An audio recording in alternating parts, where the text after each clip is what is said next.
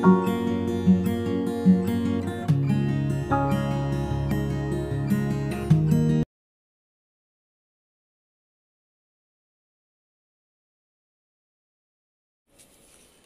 गुरुदेव। Class 10th। मैं अरविंद कुमार सिंह संस्कारद गुरुकुल से video के माध्यम से 10वीं कक्षा की हिंदी आप लोगों के सामने प्रस्तुत कर रहा हूँ। बच्चों, जैसे 9th क्लास में क्षितिज भाग 1 कृतिका भाग 1 चलती थी, उसी का विस्तृत रूप यहाँ क्षितिज भाग 2 और कृतिका भाग 1 कोर्स में सम्मिलित किया गया है। तो क्षितिज भाग 2 पाठ 1 सूरदास के पद आप लोगों के द्वारा बुक खोली जाए। बच्चों, सूरदास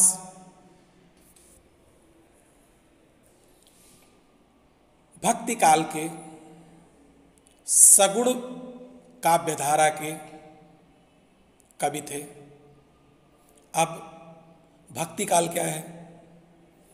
जिस समय मुसलमानों के द्वारा आक्रमण करने पर हमारे देश की हिंदू प्रजा पराजित हो गई थी, तो मुसलमानों की मूर्तियों की शरण में गई थी भगवान के, और भगवान का गायन करती थी। तो वह 1400 से 1500 के बीच का समय जो है वह भक्ति काल कहलाता है, जिसमें कबीर, सूर इत्यादि कवि हुए। तो ये हुआ भक्ति काल। और सगुण, जब हम किसी के रूप को देख करके कोई वर्णन करते हैं तो उसे सगुण कहा जाता है, और जब आंखें बंद करके कहते हैं कि हाँ इस रूप को देखो तो उसे निर्गुण कहा जाता है।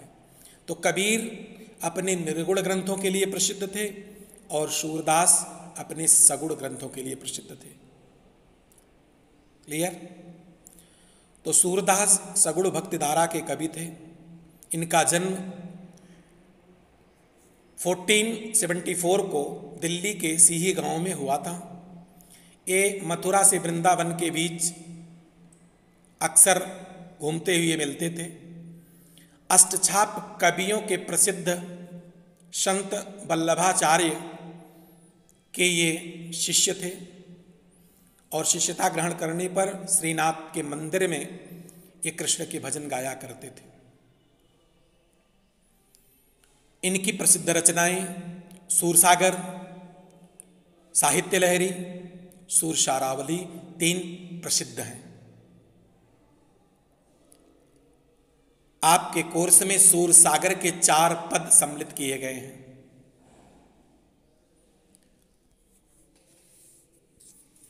सूरसागर हिंदू का प्रसिद्ध श्रीमद् भागवत ग्रंथ, उसी की कथा का उल्लेख इसमें किया गया है। घटना तब की है जब वृंदावन से कृष्ण मथुरा आ जाते हैं, और मथुरा में उनके एक दोस्त उद्धव मिलते हैं, और वे अपने ब्रह्म और योग की शिक्षा कृष्ण को देने लगते हैं। और कृष्ण जब उनसे ऊब जाते हैं उद्धव से, तब उनको भेजते हैं कि जाकर के आप अपने ज्ञान को गोपियों के पास दे करके आओ, तब हम जाने कि आप बहुत ज्ञानी हो। दूसरे, ये निर्गुण और सगुण में कौन ज़्यादा बलवान होता है? तो गोपियाँ सगुण प्रेम की भूखी हैं, और ये निर्गुण प्रेम को बता रहे थे। इस तरह उद्धव कृष्ण की वेशभूषा में जाते हैं गोपियों के पास, और उन्हें योग और ब्रह्म का संदेश देते हैं। उसी समय एक भौरा वहाँ उड़ता हुआ आता है, और योग और ब्रह्म के संदेश को सुनकर के भौरे के माध्यम से यह उनको गोपियां जवाब देती हैं। तो इन पदों का उल्लेख कैसे गोपियां जवाब दे रही हैं, इन 4 पदों में किया गया है। चलते हैं। पहला पद, उद्धव तुम हो अति बड़ी भागी, देखो, यहाँ भौरे के माध्यम से गोपियाँ कह रही हैं कि हे उद्धव, तुम बहुत भाग्यशाली हो, अति बहुत बड़भागी भाग्यशाली हो। देखिए, जैसे अगर कोई नया टीचर आपके क्लास में पहुंचता है तो बच्चे टीचर का मजाक करने के लिए, सपोज जो सबसे कमज़ोर लड़का रहता है, टीचर पूछता है कि सबसे तेज लड़का कौन है, तो जो सबसे कमज़ोर रहता है उसी को खड़ा कर देता है कि हाँ ये सबसे तेज। कुछ यहाँ इस तरह की हरकत की गई है। गोपियों ने उन्हें क्या कहा? बड़भागी, जबकि कहना उनको क्या था? अभागी। कह रही हैं बड़भागी, जबकि हकीकत में व्यक्त कर रही हैं क्या? वह बहुत बड़े अभागे हैं। अब उस अभागे होने का तर्क नीचे कैसे देते हैं, देखिए, अपरस रहत स्नेह तगाते।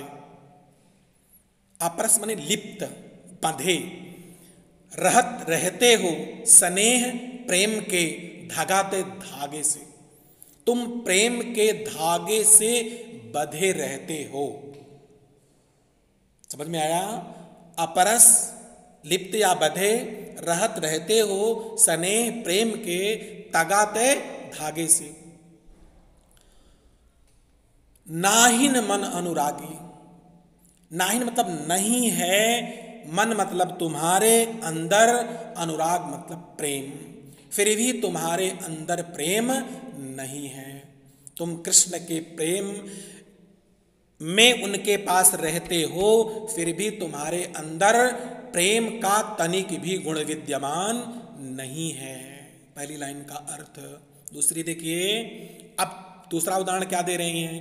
पहला, प्रेम के साथ रहते हो, कृष्ण के इतना प्रेम करते हैं, फिर भी आपके पास प्रेम नहीं है। दूसरा तर्क क्या देते हैं? पुरैन पात रहत जल भीतर। पुरैन मतलब कमल, पात मीन्स पत्ता, जल मीन्स पानी, रहत मीन्स रहता है, भीतर मीन्स अंदर। कमल का पत्ता जल के भीतर रहता है। तारस देह न दागी, लेकिन उसके शरीर पर कोई दाग नहीं लगती है। अगर किसी दूसरे चीज का पत्ता पानी पर गिरा दिया जाए तो कुछ दिन में वो सड़ जाता है, लेकिन कमल का पत्ता जैसे पेड़ के पत्ते हरे रहते हैं, उसी तरह यह भी हरा रहता है। तो इनके मन में कृष्ण के साथ रहते हो, और देखो कैसे कटाक्ष कह रही हैं कि जैसे कमल के पत्ते पर पानी का असर नहीं पड़ता है, उसी तरह तुम कृष्ण के साथ रहते हो, लेकिन तुम्हारे अंदर प्रेम का कोई दाग नहीं दिखता है। अर्थात जैसे कमल का पत्ते के ऊपर कुछ असर नहीं होता है, उसी तरह तुम्हारे शरीर पर कुछ प्रेम के दाग का असर नहीं है। आगे, जौं जलमाह तेल की गागरी। बच्चों, जैसे जब हम खूब भयंकर सर्दी पड़ती है तब हम शरीर में तेल लगाते हैं, तब नहाते हैं। उससे क्या होता है कि शरीर के ऊपर पानी पड़ जाता है, लेकिन अंदर नहीं जाता है, तेल के माध्यम से बाहर गिर जाता है। सेम इसी का उदाहरण गोपियाँ यहाँ देती हैं। जैसे तेल से भरी हुई गगरी हो, मटकी हो, और उसको पानी में डाल दिया जाए तो वह डूबती नहीं है। पानी की बूंदों का उस तेल के गागर पर कुछ भी असर नहीं होता है। उसी तरह तुम कृष्ण के साथ रहते हो, लेकिन तुम्हारे अंदर प्रेम का कुछ भी असर नहीं होता है। समझ में आया?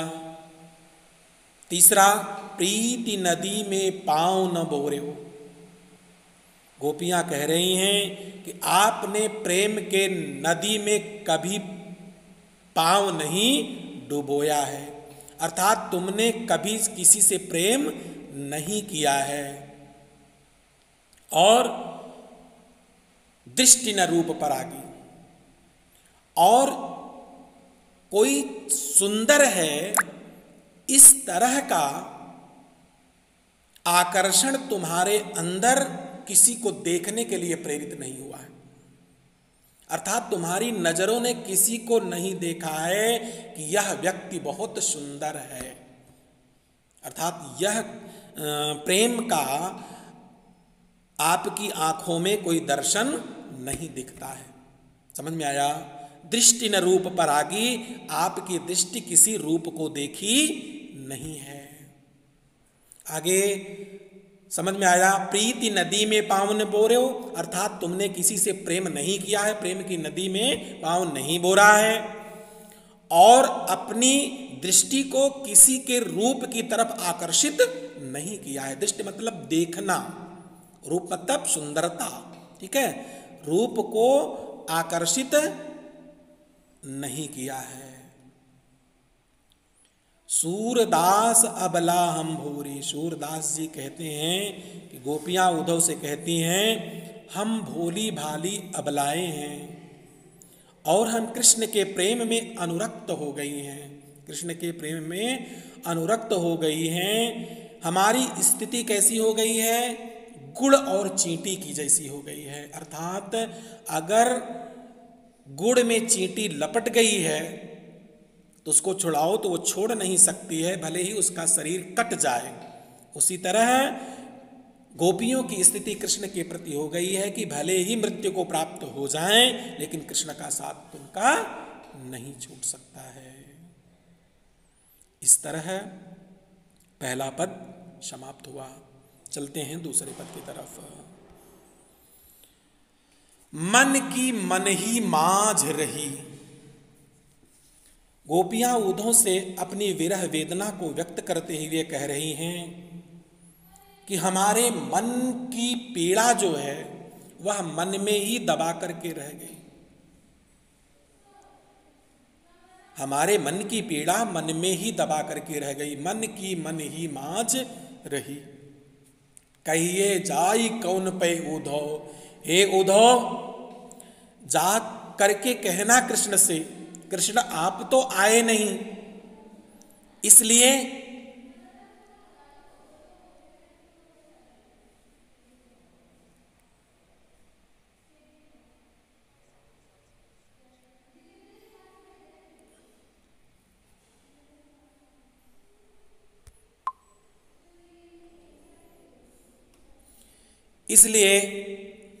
हम अपनी पीड़ा को किससे कहें? आप तो आए नहीं और हम अपनी हृदय की पीड़ा को किसके सामने कहें? और वह आगे कहती हैं कि यह पीड़ा हमारे मन में धरी की धरी रह गई।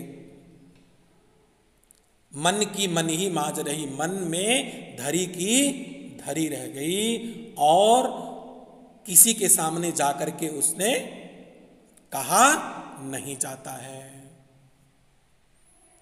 आगे पंक्ति देखो, समझ में आया? पहली पंक्ति मन की मन ही माज रही, अर्थात मन की पीड़ा मन के अंदर ही विद्यमान रही। गोपियां सोचती थी कि जब कृष्ण आएंगे तब उनके अंदर जो पीड़ा होगी वह उनसे कहेंगी, लेकिन आया कौन? उद्धव। तो हे उद्धव जाकर के कहना कि कृष्ण आए नहीं, इसलिए हम अपनी पीड़ा को किसके सामने व्यक्त करें। आगे लाइन देखो, अवधि आधार आस आवन की तनमन व्यथा सही। अवधि मतलब समय, आधार सहारा, आस आवन की एक महीने में आने की। कृष्ण ने जाते समय कहा था कि हम 1 महीने में वापस आ जाएंगे।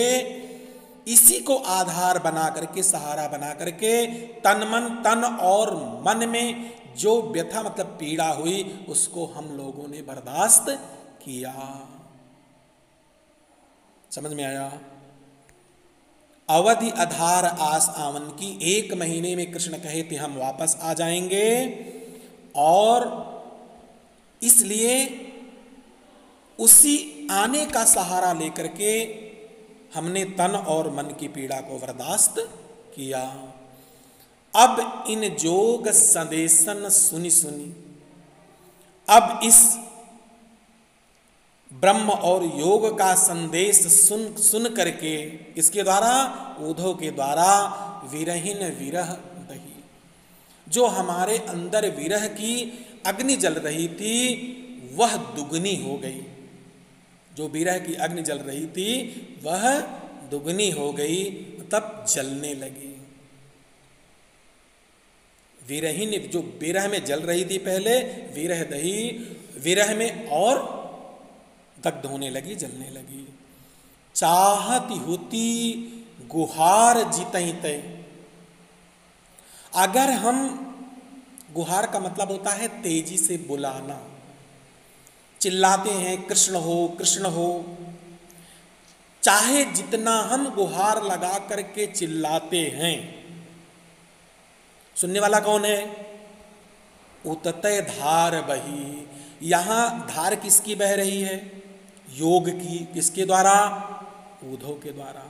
उद्धव के द्वारा योग ही पढ़ाया जा रहा है, योग की ही धारा हमारे चारों तरफ बह रही है। अगर हम कृष्ण कृष्ण को बुलाते हैं तो उस धारे में योग के यह कृष्ण भी आएंगे नहीं, इनको सुनाई नहीं देगा, इसलिए हमारा चिल्लाना भी बेकार है। हम कितना भी चिल्लाएं, गुहार लगाएं, लेकिन सुनने के लिए कोई नहीं आएगा, क्योंकि हमारे चारों तरफ योग की धारा बह रही है। समझ में आया? चाहती हो तो, चाहे जितना भी गुहार लगाएं, किसका? कृष्ण के नाम का, लेकिन जब उद्धव के द्वारा यहाँ योग की धारा बहाई जा रही है, उसमें कृष्ण की धारा को सुनाई नहीं देगी। सूरदास अब धीर धरो क्यों, मर्यादान लही। सूरदास जी कहते हैं कि प्रेम की मर्यादा का पालन जो है, मर्यादा न लई, प्रेम की मर्यादा का पालन कृष्ण के द्वारा नहीं किया गया, बल्कि भेजा किसको गया? उद्धव को। अर्थात उन्होंने पहले प्रेम की मर्यादा तोड़ दी, इसलिए अब हमारे अंदर भी धैर्य नहीं रह गया है और हम भी उस प्रेम की मर्यादा को तोड़ देंगे।